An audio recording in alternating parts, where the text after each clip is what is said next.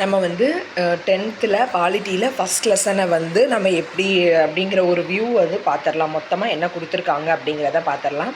இந்திய அரசியல் அமைப்பு, அதில் வந்து இந்திய அரசியலமைப்பு எப்படி உருவாக்கப்பட்டிருக்குன்னு கொடுத்துருக்காங்க. அப்புறம் இந்திய அரசியலமைப்பிலோட சிறப்பு கூறுகள் கொடுத்துருக்காங்க. அப்புறம் அடிப்படை உரிமைகள், கடமைகள், அரசு நெறிமுறையுறுத்தும் கோட்பாடுகள், மத்திய மாநில அரசுகளோட உறவுகள், அவசர நிலை, இவ்வளோத்தையும் மொத்தமாக கொடுத்துருக்காங்க. இதுதான் ஃபஸ்ட் லெசன். ஸோ இந்த ஃபஸ்ட் லெசனில் என்னென்ன இம்பார்ட்டன்ட் என்ன கொடுத்துருக்காங்க அப்படிங்கிறது ஒரு பார்வை மாதிரி.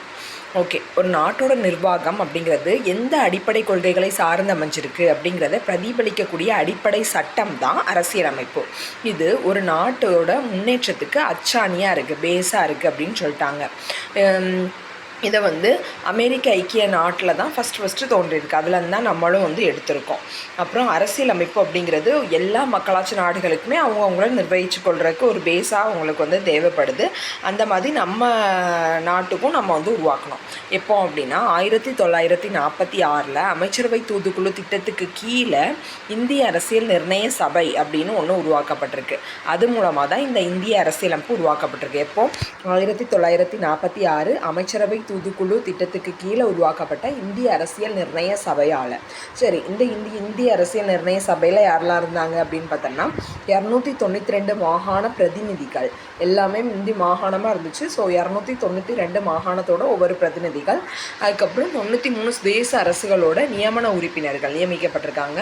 பலுச்சிஸ்தான் சார்பில் ஒருவர், மாகாண முதன்மை ஆணையர்கள் சார்பில் 3 பேர், மொத்தம் 389 உறுப்பினர்கள். மொத்தம் எத்தனை உறுப்பினர்கள்? 389 உறுப்பினர்கள் இருந்திருக்காங்க அரசியல் நிர்ணய சபையில். அதுக்கப்புறம் இந்த அரசியல் நிர்ணய சபையோட முதல் கூட்டம் அப்படின்னு பார்த்தோன்னா 1946 டிசம்பர் 9 வந்து நடைபெற்றிருக்கு. இப்போ 1946 டிசம்பர் 9 நடைபெற்றிருக்கு. இந்த சபையில் தற்காலிக தலைவராக யார் தேர்ந்தெடுக்கப்பட்டிருக்காங்கன்னா மூத்த உறுப்பினர் டாக்டர் சச்சிதானந்த சின்ஹா அவர்கள் தேர்ந்தெடுக்கப்பட்டிருக்காங்க.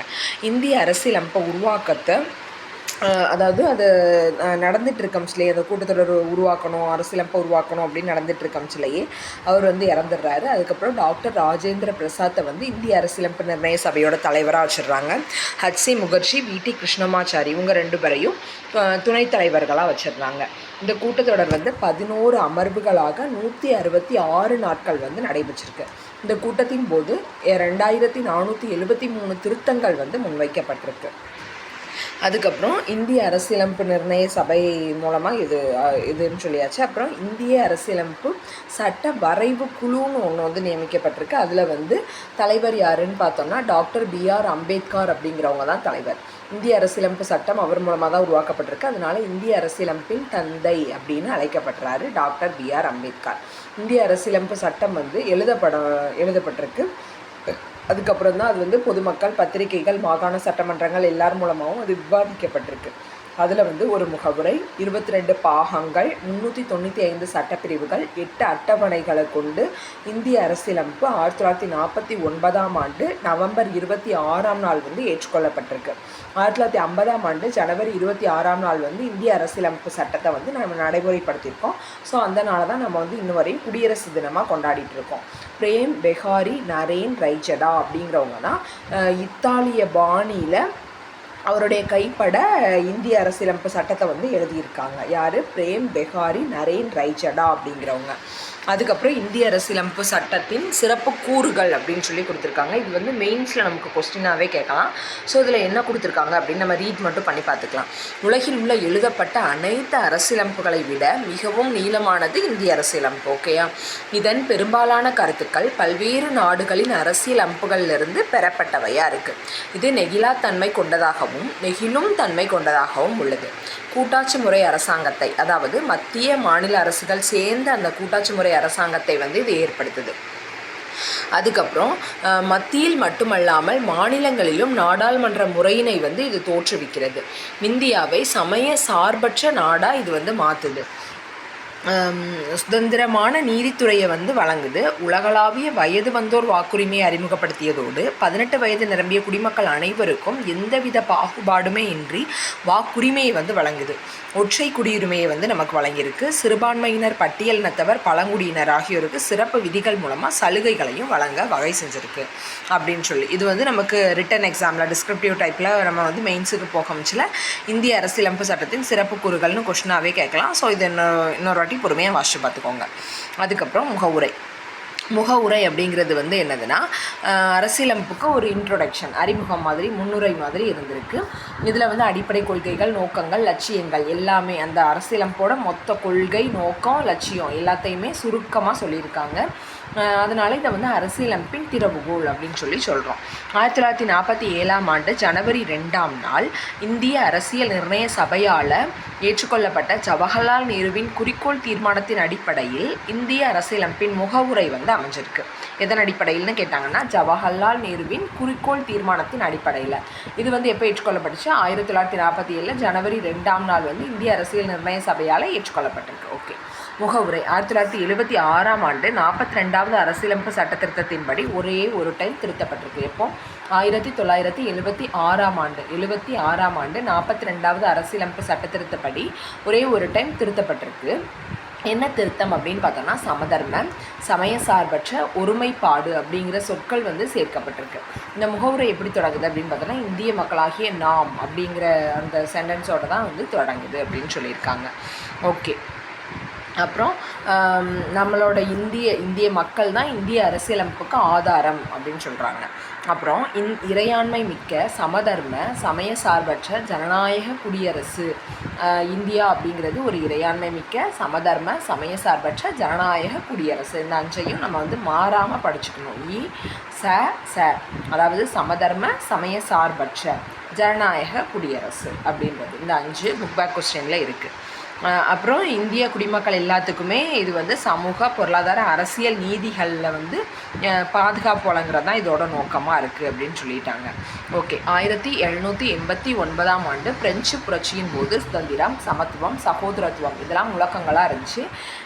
இந்திய அரசியலமைப்பின் முகவுரையில் இதுக்கு வந்து முக்கியத்துவம் தரப்பட்டிருக்கு. எதுக்கெல்லாம்? சுதந்திரம், சமத்துவம், சகோதரத்துவம் இது 3க்குமே முக்கியத்துவம் தரப்பட்டிருக்கு. இதுலேருந்து எடுக்கப்பட்டிருக்குன்னா, பிரெஞ்சு புரட்சியின் போது அதுக்கு இம்பார்ட்டன்ட் கொடுத்துருக்காங்க. ஸோ அதுலேருந்து எடுத்திருக்காங்க. சிட்டிசன் அப்படிங்கிற சொல் சிவிஸ் அப்படிங்கிற லத்தீன் சொல்லிலிருந்து பெறப்பட்டிருக்கு. இதன் பொருள் ஒரு நகர அரசில் வசிப்பவர். சிட்டிசன் அப்படிங்கிற சொல் சிவிஸ் அப்படிங்கிற லத்தீன் சொல்லிலிருந்து பெறப்பட்டிருக்கு. நகர அரசில் வசிப்பவர்ங்கிறது மீனிங். இந்திய அரசியலமைப்பு இந்தியா முழுவதும் ஒரே மாதிரியான ஒற்றை குடியுரிமையை வழங்கியது. என்ன குடியுரிமை? நமக்கு ஒற்றை குடியுரிமை வழங்கியிருக்கு. அரசியலமைப்போட பாகம் 2 சட்டப்பிரிவுகள் 5லேருந்து 11 வரையும் குடியுரிமையை பற்றி பேசுது. ஸோ குடியுரிமை அப்படின்னு நம்ம எடுத்தானே பார்ட் 2 5வதுலேருந்து 11வது வரையும் இருக்கிற ஆக்ட் வந்து நமக்கு குடியுரிமையை பற்றி பேசுது. குடியுரிமை சட்டம் 1955. இந்திய அரசியலமைப்பு சட்டம் நடைமுறைக்கு வந்த பின்பு 1955 இயற்றப்பட்ட குடியுரிமை சட்டம் குடியுரிமை பெறுதல் மற்றும் குடியுரிமை இழத்தல் ஆகியன பற்றி விளக்குகிறது. எப்போ இயற்றப்பட்டிருக்கு இந்த சட்டம்? 1955 இயற்றப்பட்டிருக்கு. இது குடியுரிமை பெறுதல் மற்றும் இழத்தல் 2யுமே பற்றி சொல்லுது. இந்த சட்டம் அரசியலமைப்பு சட்ட திருத்தத்தால் 8 முறை திருத்தப்பட்டுள்ளது. எது? குடியுரிமை சட்டம் 8 முறை இதுவரையும் திருத்தியிருக்கோம். இக்குடியுரிமை சட்டம் காமன்வெல்த் குடியுரிமையை வந்து வழங்கியது.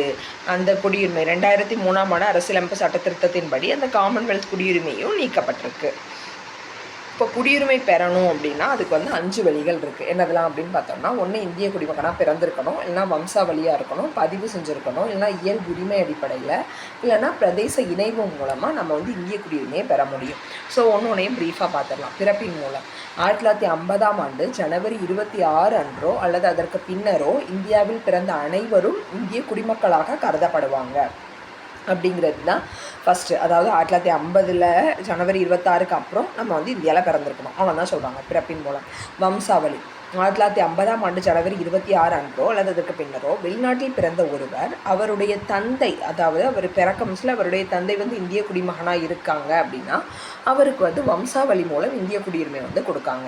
பதிவின் மூலம் ஒருவர் இந்திய குடியுரிமை கோரி பொருத்தமான அங்கீகாரத்துடன் பதிவு செய்வதன் மூலம் இந்திய குடியுரிமையை வந்து பெற முடியும். இயல்புரிமை மூலம். இயல்புரிமை மூலம் என்ன சொல்கிறாங்கன்னா, ஒரு வெளிநாட்டவர் இந்திய அரசிற்கு இயல்புரிமை கோரி விண்ணப்பிப்பதன் மூலம் அவர் இந்திய குடியுரிமையை வந்து பெற முடியும். பிரதேச நாடுகள் இணைவின் மூலம் பிற நாடுகள் பகுதிகள் இந்தியாவுடன் இணையும் போது இந்திய அரசு அவ்வாறு இணையும் நாடுகளின் மக்களை தமது குடிமக்களாக கருதி அவர்களுக்கு குடியுரிமை வழங்கலாம்.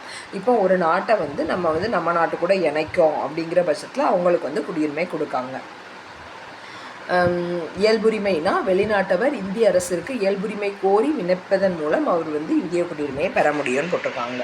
ஓகே, அடுத்த குடியுரிமை இழத்தல். குடியுரிமை இழத்தல் வந்து 1985 சட்டத்தின்படி குடியுரிமையை வந்து 3 டைப்பில் வந்து அவங்க வந்து இழக்க முடியும் அப்படின்னு சொல்லியிருக்காங்க. ஸோ எப்படிலாம் அப்படின்னா, துரத்தல், முடிவுரை செய்தல், இழத்தல், இந்த 3 மூலமாக குடியுரிமையை வந்து அவங்க வந்து இழக்க சான்ஸ் இருக்குது. அதாவது இப்போ ஒரு குடியுரிமையை வந்து நம்ம துரத்தல், குடிமகன் தாமாக முன் வந்து தனது குடியுரிமையை இழத்தல், நான் இந்த நாட்டுக்கு குடிமகனாக இல்லைன்னு எழுதி கொடுத்துட்டு போகிறது. அப்புறம் முடிவுரை செய்தல், வேறு ஒரு நாட்டில் குடியுரிமை பெறும் பொழுது தாமாக இந்திய குடியுரிமை முடிவுக்கு வந்து விடுகிறது. நம்ம போய் வேற ஒரு நாட்டில் குடியுரிமை வாங்கினோம் அப்படின்னா இந்திய குடியுரிமை முடிவுக்கு வந்துடும். இயல்புரிமையின் மூலம் குடியுரிமை பெற்ற ஒரு குடிமகன் மோசடி செய்து குடியுரிமை பெற்றவர் தவறான பிரதிநிதித்துவம் தந்தவர் அல்லது உண்மைகளை மறைத்தவர் அல்லது எதிரி நாட்டுடன் வாணிகம் செய்தவர் அல்லது 2 ஆண்டு காலத்திற்கு சிறை தண்டனை பெற்றவர் என்பதனை மத்திய அரசு கண்டறிந்து அவர் குற்றம் புரிந்தவர் என்று திருப்திப்படும் பட்சத்தில் மத்திய அரசு அவரது குடியுரிமையை இழக்க செய்யும். அதாவது இப்போ வந்து இயல்புரிமையின் மூலமாக குடியுரிமை பெற்ற ஒரு குடிமகன், அதாவது வெளிநாட்டுக்காரங்க இந்தியாவில் வந்து இயல்புரிமை மூலமாக ஒரு குடியுரிமை வந்து பெற்றிருக்கோம் அப்படின்னா அவங்க வந்து மோசடி செஞ்சு தான் குடியுரிமை பெற்றிருக்காங்க அப்படின்னு அவர் தெரிஞ்சிச்சினாலோ அல்லது தவறான பிரதிநிதித்துவம் கொண்டவர் அப்படின்னு தெரிஞ்சினாலோ உண்மைகளை மறைச்சிருக்காங்க, எதிரி நாட்டோட வாணிகம் செஞ்சிட்ருக்காங்க, 2 ஆண்டு காலத்திற்கு அவங்க வந்து சிறை தண்டனை பெற்றவங்களாக இருக்காங்க இந்த நாட்டோட இது சம்மந்தப்பட்ட கேஸில். அப்படிங்கிற பட்சத்தில் அவங்களோட குடியுரிமையை வந்து ரத்து செய்கிறதுக்கு நமக்கு மத்திய அரசுக்கு வந்து அதிகாரம் இருக்குது அப்படின்னு சொல்லிட்டாங்க. அப்புறம் அடிப்படை உரிமைகள். அடிப்படை உரிமைகள் என்ன சொல்லியிருக்காங்கன்னா, இந்திய அரசியலமைப்பு சட்டம் பகுதி 3 என்ன சொல்லுதுன்னா, 12லேருந்து 35 வரையும் இருக்கிற சட்டப்பிரிவுகள் ஃபுல்லாக அடிப்படை உரிமைகளை பற்றி தான் சொல்லுது. இந்த அடிப்படை உரிமைகளை வந்து அமெரிக்க ஐக்கிய நாடுகளின் அரசியலமைப்பில் அடிப்படை உரிமைகளின் தாக்கத்தால் நம்ம வந்து எழுதியிருக்கோம். ஸோ அடிப்படை உரிமைன்னு வந்துட்டனால அது வந்து நம்ம அமெரிக்க ஐக்கிய நாட்டிலேருந்து தான் நம்ம வந்து வாங்கியிருக்கோம். ஓகே, 7 அடிப்படை உரிமைகளை ஃபஸ்ட்டு வழங்கியிருக்கு. ஆனால் இப்போ வந்து 6 அடிப்படை உரிமைகள் மட்டும்தான் இருக்குது. இந்திய அரசியலமைப்போட பகுதி 3 வந்து நம்ம இந்தியாவின் மகா சாசனம் அப்படின்னு சொல்கிறோம் அப்படின்னு சொல்லிட்டாங்க. ஓகேயா? ஒவ்வொன்றும் என்னென்னு கொடுத்துருக்காங்க. ஃபஸ்ட்டு சமத்துவ உரிமை பிரிவு 14, சட்டத்தின் முன் அனைவரும் சமம் அப்படின்னு சொல்லியிருக்காங்க. பிரிவு 15, மதம், இனம், சாதி, பாலினம் மற்றும் பிறப்பிடம் ஆகியவற்றின் அடிப்படையில் பாகுபடுத்தப்படுவதை தடை செய்தல். 5ன்னு வந்திருக்கு. ஸோ 5 மதம், இனம், சாதி, பாலினம் மற்றும் பிறப்பிடம், இந்த 5 அடிப்படையில் பாகுபடுத்தப்படுவதை தடை செய்தல் தான் பிரிவு 15. பிரிவு 16 வந்து பொது வேலைவாய்ப்புகளில் சம வாய்ப்பு அளித்தல் அப்படிங்கிறது தான் பிரிவு 16. பிரிவு 17 தீண்டாமையை ஒழித்தல். பிரிவு 18 இராணுவ மற்றும் கல்விசார் பட்டங்களை தவிர மற்ற பட்டங்களை நீக்குதல். அதுக்கப்புறம் 2வது என்னது அப்படின்னா சுதந்திர உரிமை. பிரிவு 19 பேச்சுரிமை, கருத்து தெரிவிக்கும் உரிமை, அமைதியான முறையில் கூட்டம் கூட்டுவதற்கான உரிமை, சங்கங்கள் அமைப்புகள் தொடங்குறக்கு உரிமை, இந்திய நாட்டிற்குள் விரும்பிய இடத்தில் வசிக்கக்கூடிய உரிமை மற்றும் தொழில் செய்யும் உரிமை. பிரிவு 20 குற்றம் சாட்டப்பட்ட நபர்களுக்கான உரிமை மற்றும் தண்டனைகளிலிருந்து பாதுகாப்பு பெறும் உரிமை. பிரிவு 20 என்னதுன்னா குற்றம் சாட்டப்பட்ட நபர்களுக்கான உரிமை மற்றும் தண்டனைகளிலிருந்து பாதுகாப்பு பெறுறதுக்கான உரிமை. பிரிவு 21 வாழ்க்கை மற்றும் தனிப்பட்ட சுதந்திரத்துக்கு பாதுகாப்பு பெறும் உரிமை. பிரிவு 21A என்ன சொல்லுதுன்னா தொடக்க கல்வி பெறக்கூடிய உரிமை. ஸோ பிரிவு 21 என்ன சொல்லுதுன்னா வாழ்க்கை, தனிப்பட்ட சுதந்திரம், இந்த 2க்கும் பாதுகாப்பு பெறணும் அப்படிங்கிறது தான் பிரிவு 21. பிரிவு 21A என்ன சொல்லுதுன்னா தொடக்க கல்வி பெறக்கூடிய உரிமை. பிரிவு 22 சில வழக்குகளில் கைது செய்து தடுப்பு காவலில் வைப்பதற்கு எதிரான பாதுகாப்பு உரிமை அப்படிங்கிறது தான் பிரிவு 22. ஓகே, அதுக்கப்புறம் சுரண்டலுக்கு எதிரான உரிமை. பிரிவு 23 என்ன சொல்லுது அப்படின்னா கட்டாய வேலை, கொத்தடிமை முறை மற்றும் மனிதத்தன்மையற்ற வியாபாரத்தை தடுத்தல், கடத்தல் அப்படிங்கிறது அந்த பிரிவு 23.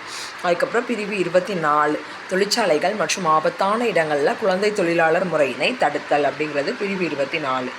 அடுத்த சமய சார்பு உரிமை. சமய சார்பு உரிமையில் என்ன சொல்லியிருக்காங்கன்னா பிரிவு 25 எந்த ஒரு சமயத்தினை ஏற்கவும் பின்பற்றவும் பரப்பவும் உரிமை.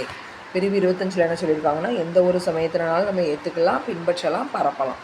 அதுக்கு எல்லாத்துக்குமே நமக்கு உரிமை கொடுத்துருக்காங்க. எந்த ஒரு சமயத்தினாலும் நம்ம ஏற்கிறதுக்கும் பின்பற்றுறதுக்கு ஃபாலோ பண்ணுறதுக்கு அப்புறம் அதை பரப்புறதுக்கு நமக்கு உரிமை இருக்குது. பிரிவு 26 சமய விவகாரங்களை நிர்வகிக்கும் உரிமை. பிரிவு 27 வந்து எந்த ஒரு மதத்தினை பரப்புவதற்காக வரி செலுத்துவதற்கு எதிரான சுதந்திரம். பரப்புவதற்கான வரி செலுத்துவதற்கு எதிரான சுதந்திரம். பிரிவு 28 மதம் சார்ந்த கல்வி நிறுவனங்களில் நடைபெறும் வழிபாடு மற்றும் அறிவுரை நிகழ்வுகளில் கலந்து கொள்ளாமல் இருக்க உரிமை. ஸோ சமய சார்பு அப்படின்னு நினச்சினா 4 வருது. பிரிவு 25 எந்த ஒரு சமயத்தினையும் நம்ம ஏற்றுக்கலாம், பின்பற்றலாம், பரப்பலாம், இதுக்கெல்லாம் உரிமை இருக்குது. பிரிவு 26 சமய விவகாரங்களை நிர்வகிக்கக்கூடிய உரிமை. பிரிவு 27 எந்த ஒரு மதத்தினையும் பரப்புவதற்காக வரி செலுத்துவதற்கு எதிரான சுதந்திரம். பிரிவு 28 மதம் சார்ந்த கல்வி நிறுவனங்களில் நடைபெறக்கூடிய வழிபாடு மற்றும் அறிவுரை நிகழ்வுகளில் கலந்து கொள்ளாமல் இருக்கிறதுக்கு நமக்கு உரிமை இருக்குது அப்படின்னு சொல்லிட்டாங்க. அதுக்கப்புறம் கல்வி கலாச்சார உரிமை. பிரிவு 29 சிறுபான்மையினரின் எழுத்து, மொழி மற்றும் கலாச்சார பாதுகாப்பு. பிரிவு 30 சிறுபான்மையினரின் கல்வி நிறுவனங்களை நிர்வகிக்கும் உரிமை. பிரிவு 29 என்ன சொல்லியிருக்காங்கன்னா, சிறுபான்மையினரின் எழுத்து மொழி மற்றும் கலாச்சார பாதுகாப்பு. சிறுபான்மையினரின் எழுத்து, மொழி மற்றும் கலாச்சார பாதுகாப்பு அப்படிங்கிறது வந்து பிரிவு 29. பிரிவு 30 அப்படிங்கிறது சிறுபான்மையினரின் கல்வி நிறுவனங்களை நிர்வகிக்கும் உரிமை. அதுக்கப்புறம் பிரிவு 32 அரசியலமைப்புக்கு உட்பட்டு தீர்வு காணும் உரிமை. தனிப்பட்டவரின் அடிப்படை உரிமைகள் பாதிக்கப்படும் பொழுது நீதிமன்றத்தை அணுகி உரிமையை பெறுதல். தனிப்பட்டவரின் அடிப்படை உரிமைகள் வந்து நமக்கு இப்போ பாதிக்கப்படுது அப்படின்னா நீதிமன்றத்தை நம்ம அணுகி அந்த உரிமையை வந்து நம்ம பெற்றுக்கலாம். 1978ஆம் ஆண்டு 44வது அரசியலமைப்பு சட்ட திருத்தத்தின்படி அடிப்படை உரிமைகள் பட்டியலிருந்து சொத்து உரிமை பிரிவு 31 வந்து நீக்கப்பட்டிருக்கு. ஸோ இதில் தான் 7 அடிப்படை உரிமை 6ஆம் ஆயிருக்கு. இப்போ 1978 44வது அரசியலமைப்பு சட்ட திருத்தத்தின்படி அடிப்படை உரிமைகள் பட்டியலிருந்து சொத்துரிமை பிரிவு 31 வந்து நீக்கப்பட்டிருக்கு. இது இந்திய அரசியலமைப்பு சட்டம் பகுதி 12 பிரிவு 300A கீழ் ஒரு சட்ட உரிமையாக இப்போவும் வைக்கப்பட்டிருக்கு. இப்போது அது ஒரு சட்ட உரிமை ஆகிட்டு, அடிப்படை உரிமை கிடையாது. சொத்துரிமை அப்படிங்கிறது ஒரு சட்ட உரிமை. ஓகே, அதுக்கப்புறம் என்ன சொல்லியிருக்காங்க, பெரும் முதலாளிகளிடமிருந்து வந்த எதிர்ப்பு காரணமாக கிபி 1215 இங்கிலாந்து மன்னர் 1ஆம் ஜான் என்பவரால் வெளியிடப்பட்ட உரிமைகள் பட்டயமே மகாசாசனம் எனப்படும். இதுவே குடிமக்களின் அடிப்படை உரிமைகளுடன் தொடர்புடைய முதல் எழுதப்பட்ட ஆவணமாகும். ஸோ 1215 இங்கிலாந்து மன்னர் 1ஆம் ஜான் அப்படிங்கிறவங்க தான் ஃபஸ்ட்டு மகாசாசனம் அப்படிங்கிற ஒன்று மக்களோட உரிமைகளுக்காண்டி ஒன்று எழுதி இது பண்ணியிருக்காங்க. ஸோ குடிமக்களின் அடிப்படை உரிமைகளுடன் தொடர்புடைய முதல் எழுதப்பட்ட ஆவணம் அப்படின்னா அது 1215 வெளியிடப்பட்ட இங்கிலாந்து மன்னர் 1ஆம் ஜான் அப்படிங்கிறவங்களால் வெளியிடப்பட்ட மகாசாசனம். ஓகே, அரசியலமைப்புக்கு உட்பட்டு தீர்வு காணும் உரிமை. சட்டப்பிரிவு 32ன்னு பார்த்தோம்ல, நீதிமன்ற முத்திரையுடன் நீதிமன்றத்தால் வெளியிடப்படும் கட்டளை அல்லது ஆணையை வந்து நம்ம நீதி பேராணை அப்படின்னு சொல்கிறோம். இந்த நீதி பேராணை வந்து சில சட்டங்களை நிறைவேற்றாமல் தடை செய்ய நீதிமன்றத்தால் வெளியிடப்படக்கூடிய ஆணை. நீதி பேராணை அப்படிங்கிறது என்னதுன்னா, இந்த சட்டத்தை நீங்கள் வந்து செயல்படுத்தக்கூடாது அப்படின்னு தடை செய்கிறதுக்கான ஆணை, நீதிமன்ற ஆணை. உச்சநீதிமன்றம் மற்றும் உயர்நீதிமன்றம் ரெண்டுமே 5 வகையான நீதி பேராணைகளை வந்து வெளியிடுறதுக்கு அதிகாரம் வந்து அவங்களுக்கு இருக்குது. என்னதெல்லான்னு பார்த்தோம்னா, ஆட்கொணர்வு நீதி பேராண்மை, கட்டளையுறுத்தும் நீதி பேராண்மை, தடையுறுத்தும் நீதி பேராண்மை, ஆவண கேட்பு நீதி பேராண்மை, தகுதிமுறை வினவும் நீதி பேராணை ஆகியனவாகும். இது போன்ற ஆணைகளை வெளியிட்டு மக்களின் உரிமைகளை காப்பதினால் உச்சநீதிமன்றம் அரசியலமைப்பின் பாதுகாவலன் என அழைக்கப்படுகிறது. Doctor B.R. அம்பேத்கரின் கூற்றுப்படி அரசியலமைப்பு சட்டப்பிரிவு 32 இந்திய அரசியலமைப்பின் இதயம் மற்றும் ஆன்மா ஆகும். அதாவது உச்சநீதிமன்றம் வந்து இந்த பேராணைகளை வெளியிட்டு மக்களோட உரிமைகளை வந்து காக்குது. ஸோ அரசியலமைப்பின் பாதுகாவலன் அப்படின்னா யாருன்னா உச்சநீதிமன்றம். Doctor B.R. அம்பேத்கர் இந்த சட்டப்பிரிவு 32 என்ன சொல்கிறாங்கன்னா, இந்திய அரசியலமைப்போட இதயம் மற்றும் ஆன்மா அப்படின்னு சொல்கிறாங்க. இப்போ ஒரு நீதி பேராணைனா என்னது அப்படின்னு பார்க்கணும். ஃபஸ்ட்டு ஆட்கொணர்வு நீதி பேராணை, ஹேபஸ் கார்பஸ் அப்படின்னு சொல்கிறாங்க. சட்டத்துக்கு புறம்பாக ஒருவர் கைது செய்யப்படுவதிலிருந்து இது பாதுகாக்கிறது அப்படின்னு சொல்லியிருக்காங்க. சட்டத்துக்கு புறம்பாக நம்ம யாரையும் கைது செய்ய முடியாது. ஆட்கொணர்வு நீதி பேராண்மை.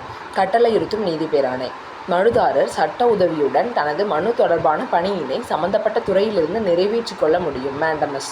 கட்டளையுறுத்தும் நீதி பேராணை, மனுதாரர் சட்ட உதவியுடன் தனது மனு தொடர்பான பணியினை சம்பந்தப்பட்ட துறையிலிருந்து நிறைவேற்றிக் கொள்ள முடியுது.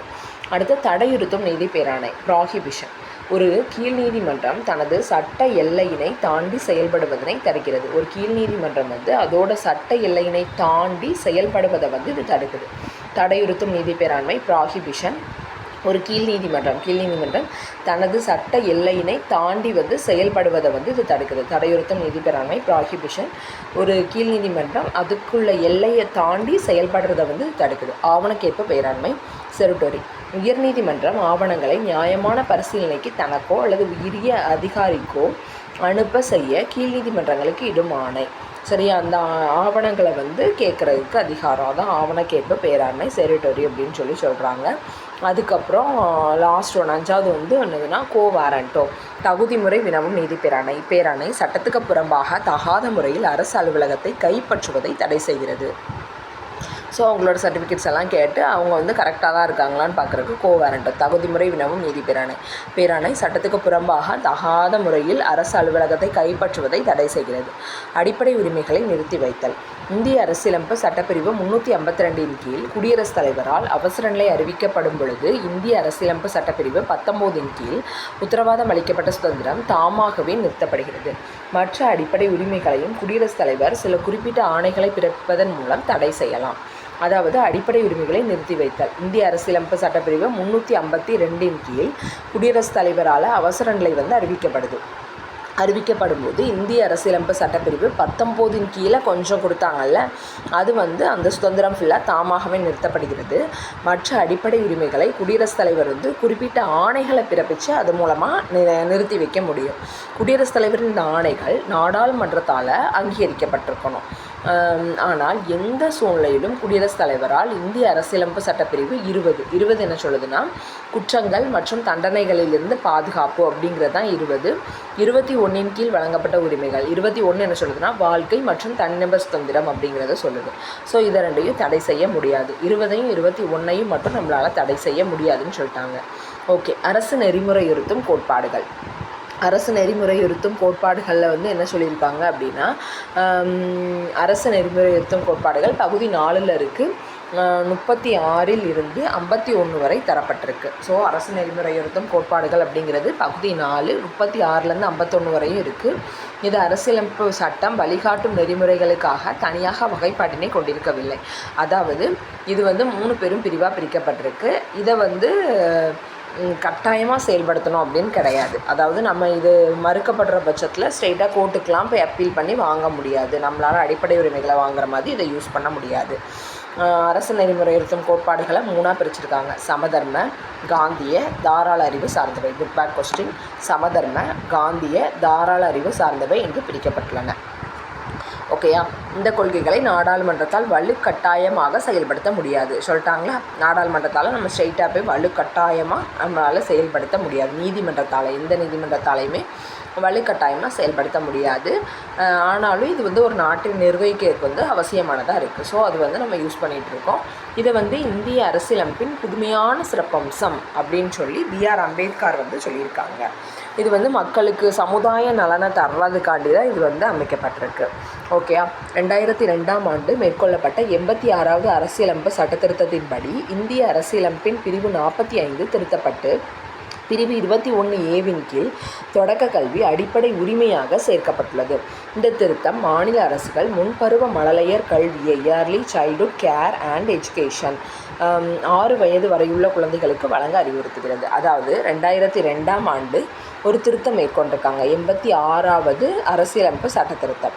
அதுபடி பிரிவு 21A கீழே தொடக்க கல்வியை அடிப்படை உரிமையாக வச்சுட்டாங்க. பிரிவு 45 திருத்தி பிரிவு 21A கீழே அதை அடிப்படை உரிமையாக மாற்றிருக்காங்க. என்னது, பிரிவு 45 கீழே 6 வயதுக்கு மேலே உள்ள குழந்தைகளுக்கு 6 வயதுலேருந்து 14 வயசு வரையும் கட்டாய கல்வி கொடுக்கணும் அப்படிங்கிறது இருந்திருக்கு. ஸோ அதை அடிப்படை உரிமையாகவே மாற்றிட்டாங்க. 21A கீழே அதை சேர்த்துட்டாங்க. ஓகே, அடிப்படை உரிமைகளுக்கும் அரசு நெறிமுறையுறுத்தும் கோட்பாடுகளுக்கும் என்ன டிஃப்ரென்ஸ் இருக்குது அப்படின்னு பார்த்துடலாம். அடிப்படை உரிமைகள் அமெரிக்க ஐக்கிய நாட்டிலேருந்து நம்ம வாங்கியிருக்கோம். ஆனால் அயர்லாந்து நாட்டிலேருந்து அரசு நெறிமுறையுறுத்தும் கோட்பாடுகளை வாங்கியிருக்கோம். அரசாங்கத்தால் கூட அடிப்படை உரிமைகளை சுருக்கவோ நீக்கவோ முடியாது. அதே இது அரசு வெறும் அறிவுறுத்தல்களாக தான் இருக்குது. அரசுக்கு அரசு நெறிமுறையுறுத்தும் கோட்பாடுகள் அப்படிங்கிறது சமூக நீதியை செயல்படுத்துகிறக்காண்டி சும்மா ஒரு இது மாதிரி ஒப்பீனியன்ஸ் மாதிரி தான் இருக்குது. இவற்றை நீதிமன்ற சட்டத்தால் செயல்படுத்த முடியும். எதை, அடிப்படை உரிமைகளை நீதிமன்றத்தில் போய் நம்ம கேட்டு வாங்கிக்க முடியும். ஆனால் அரசு நெறிமுறையுறுத்தும் கோட்பாடுகளை எந்த நீதிமன்றத்தாலும் கட்டாயப்படுத்த முடியாது. இவை சட்ட ஒப்புதல்களை பெற்றவை. எது? அடிப்படை உரிமைகள் சட்ட ஒப்புதலை பெற்றவை. இவை தார்மீக மற்றும் அரசியல் ஒப்புதலை பெற்றவை. இந்த அடிப்படை உரிமைகள் அரசியல் ஜனநாயகத்தை வலுப்படுத்துகின்றன. இந்த கொள்கைகளை செயல்படுத்தும் பொழுது சமுதாய மற்றும் பொருளாதார ஜனநாயகம் உறுதியாகின்றது. அவ்வளோதான். இதை செயல்படுத்தணும் அப்படின்னா அது உறுதியாகும்னு போட்டிருக்காங்க, அவ்வளோதான். ஆனால் இது வலுப்படுத்துது, கண்டிப்பாக செயல்படுத்தி ஆகும். இது இயற்கையான உரிமைகள். இவை மனித உரிமைகளை பாதுகாக்க வழிவகுக்கிறது. செயல்படுத்தணும் அப்படின்னா மனித உரிமைகள் பாதுகாக்கப்படும் அப்படின்னு சொல்லியிருக்காங்க. ஓகே. 1976 காங்கிரஸ் கட்சி சர்தார் ஸ்வரன் சிங் கமிட்டி அப்படின்னு ஒன்று அமைச்சு அடிப்படை கடமைகள் குறித்து ஆராய்ச்சி பண்ணுங்க அப்படின்னு சொல்லிட்டு அதுக்கு பரிந்துரை செஞ்சுருக்காங்க. இந்த கமிட்டி அரசியலமைப்பு சட்ட திருத்தம் செஞ்சு அதுக்கு பரிந்துரை செஞ்சு 1976 42வது அரசியலமைப்பு சட்ட திருத்தத்தின் மூலம் குடிமக்களுக்கு உரிமைகள் எப்படி இருக்கோ அதே மாதிரி கடமைகளும் இருக்குது அப்படிங்கிறத இது பண்ணியிருக்காங்க. யார்? சர்தார் ஸ்வரன் சிங் கமிட்டி 1976 42வது அரசியலமைப்பு சட்ட திருத்தத்தின் மூலம் குடிமக்களுக்கான கடமைகள் பொறுப்புகள் அப்படிங்கிறதையும் சேர்த்துருக்காங்க. இதைத்தான் நம்ம கடமைகள் அப்படின்னு சொல்கிறோம். ஓகே. இது பகுதி 4A ஒரு புதிய பகுதியை சேர்த்துருக்கு. 51A அப்படிங்கிற ஒரே ஒரு பிரிவில் தான் அவ்வளோத்தையும் சேர்த்துருக்காங்க. என்னதெல்லாம் அப்படின்னு சொல்லி பார்த்துடலாம்.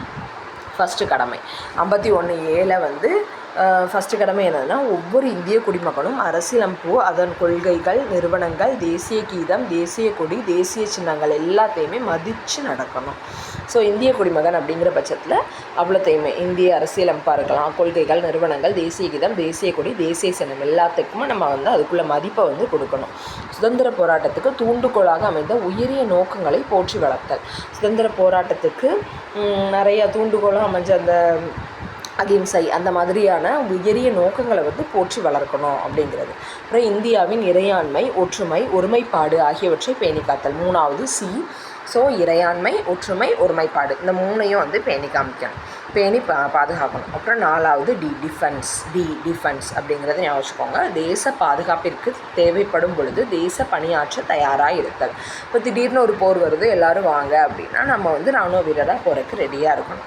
சமய, மொழி மற்றும் பிராந்திய அல்லது பகுதி சார்ந்த வேறுபாடுகளை மறந்து பெண்களை தரக்குறைவாக நடக்கும் பழக்கத்தை நிராகரித்து பெண்களின் கண்ணியத்தை காக்கும் எண்ணங்களை மேம்படுத்தி இந்திய மக்கள் அனைவரிடமும் சகோதரத்துவத்தை வளர்த்தல்.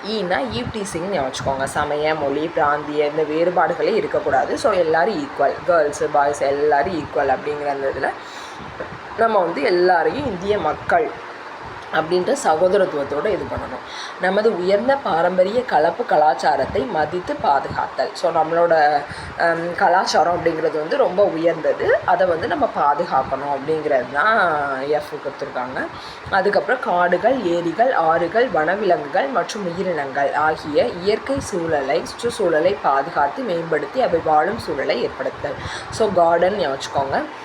காடு, ஏரி, ஆறு, வனவிலங்கு, உயிரினம் எல்லாமே அடங்கிய இயற்கை சுற்றுச்சூழல் அப்படிங்கிறது இயற்கை கார்டன் மாதிரி அந்த இதை நம்ம பாதுகாத்து மேம்படுத்தி அந்த அவை வாழும் சூழலை ஏற்படுத்தணும். அதுக்கப்புறம் அறிவியல் கோட்பாடு, மனிதநேய மற்றும் ஆராய்ச்சி மனப்பான்மை மற்றும் சீர்திருத்தம் ஆகியவற்றை வளர்த்தல். அறிவியல் கோட்பாடு, மனிதநேயம், ஆராய்ச்சி மனப்பான்மை, சீர்திருத்தம் ஆகியவற்றை வளர்த்தல்.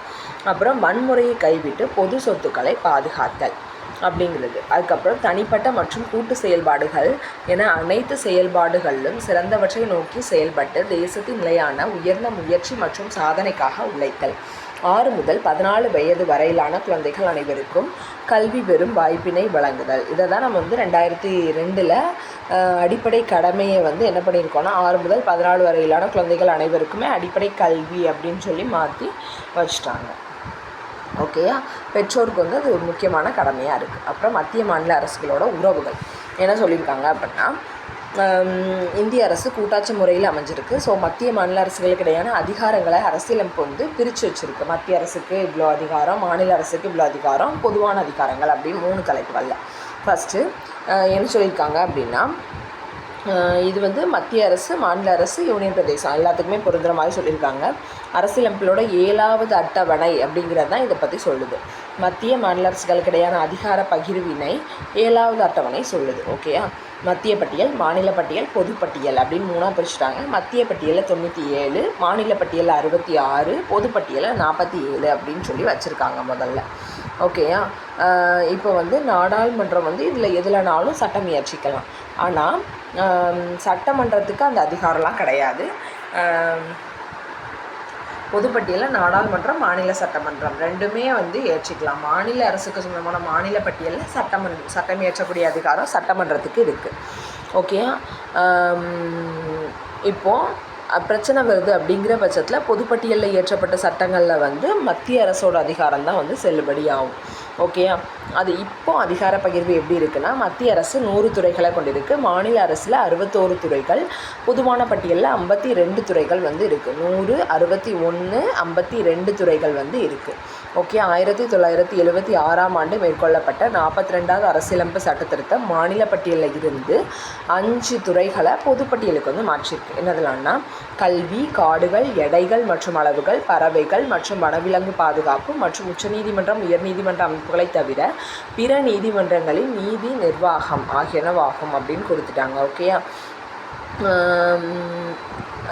அதான் இப்போ மத்திய அரசு, மாநில அரசு ரெண்டுமே பொதுப்பட்டியலில் உள்ள துறைகளில் வந்து சட்டம் இயற்ற முடியும். அப்படி சட்டம் இயற்ற பட்சத்தில் ஏதாவது முரண்பாடு வருது அப்படிங்கிற பட்சத்தில் மத்திய அரசு இயற்றக்கூடிய சட்டம் தான் வந்து இறுதியாக இருக்கும்.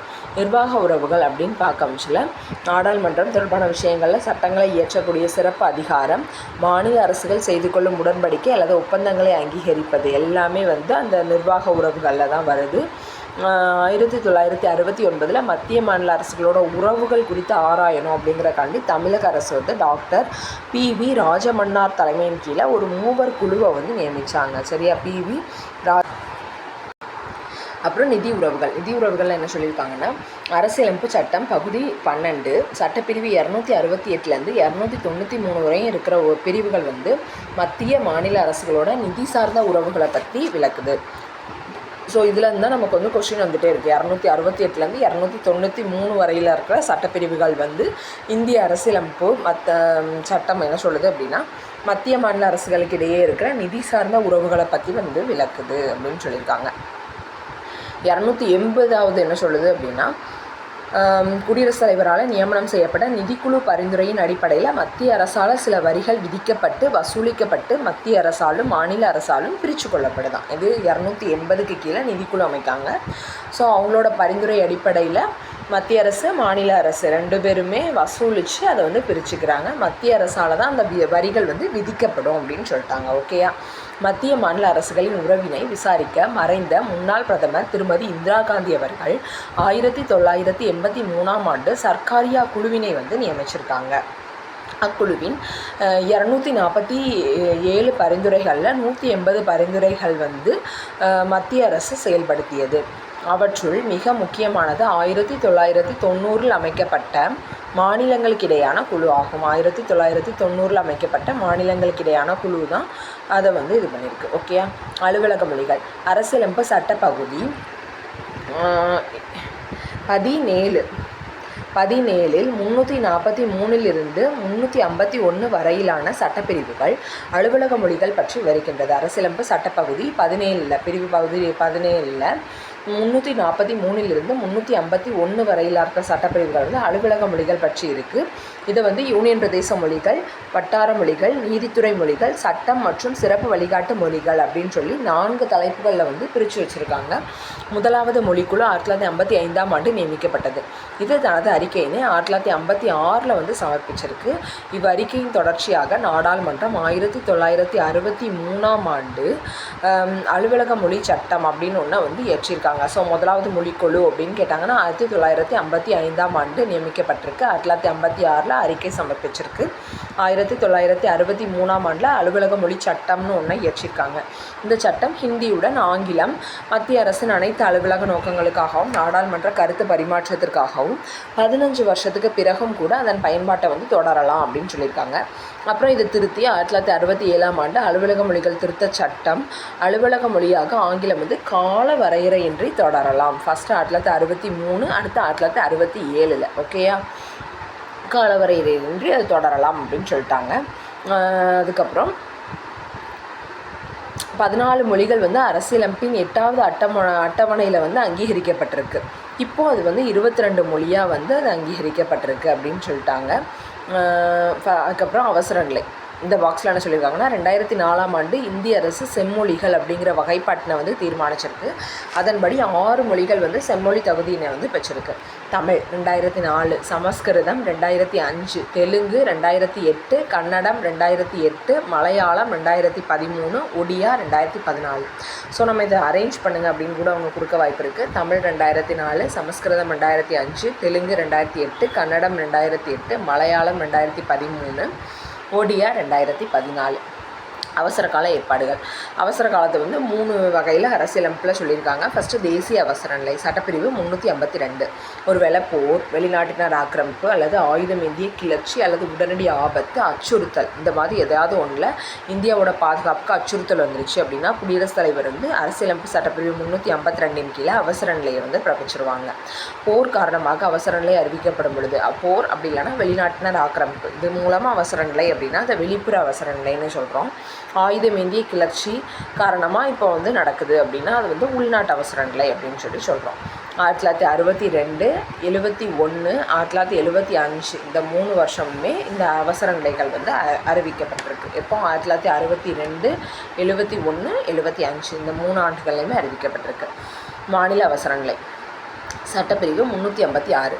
ஒரு மாநிலத்தில் மாநில அரசால் கட்டுப்படுத்த முடியாத சூழல் வந்து ஏற்பட்டுச்சு அப்படின்னா அரசியலமைப்பின் விதிகளுக்கேற்ப ஆளுநர் அறிக்கை அளிச்சிட்டாங்க அப்படின்னா குடியரசுத் தலைவர் வந்து 356 கீழ் மாநில அவசர நிலையை வந்து பிறப்பிச்சிடலாம். குடியரசுத் தலைவரோட பேரில் ஆளுநர் தான் அங்கே வந்து அரசாட்சி செய்வாங்க.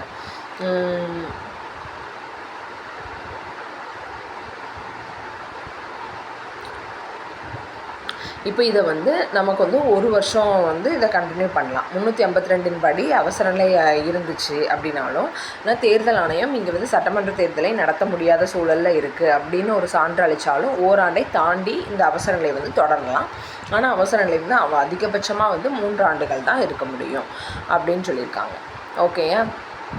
அதுக்கப்புறம் இன்னொரு அவசர நிலை இருக்குது. அந்த அவசர நிலை என்னதுன்னா நிதி அவசர நிலை. இந்த மாநில அவசர நிலை என்ன சொல்லியிருக்காங்கன்னா 1951 பஞ்சாப் மாநிலத்தில் குடியரசுத் தலைவர் ஆட்சி ஃபஸ்ட்டு அமல்படுத்தப்பட்டிருக்கு அப்படின்னு சொல்லிட்டாங்க. அப்புறம் நிதி சார்ந்த அவசர நிலை. நிதி சார்ந்த அவசர நிலையில் என்ன சொல்லியிருக்காங்க அப்படின்னா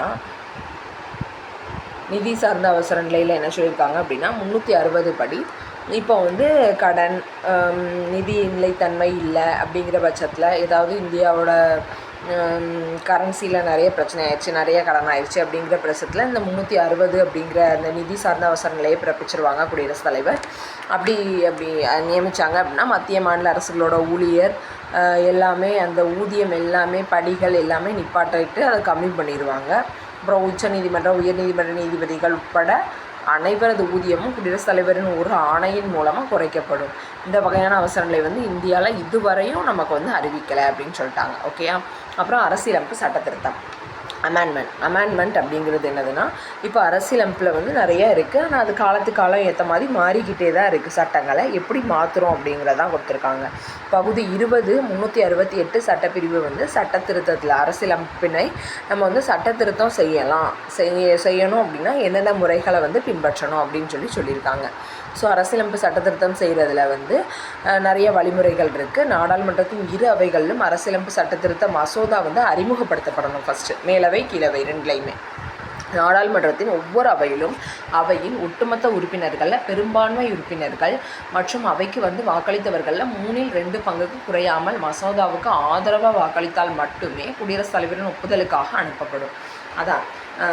அதாவது நாடாளுமன்றத்தோட மொத்த உறுப்பினர்களில் பெரும்பான்மை உறுப்பினர்கள் பங்கேற்றதில் 2 பங்குக்கு உறுப்பினர் வந்து ஆதரவாக வாக்களிச்சிருந்தால் மட்டும்தான் குடியரசுத் தலைவர் ஒப்புதலுக்காகவே அந்த மசோதா வந்து அனுப்பப்படும்.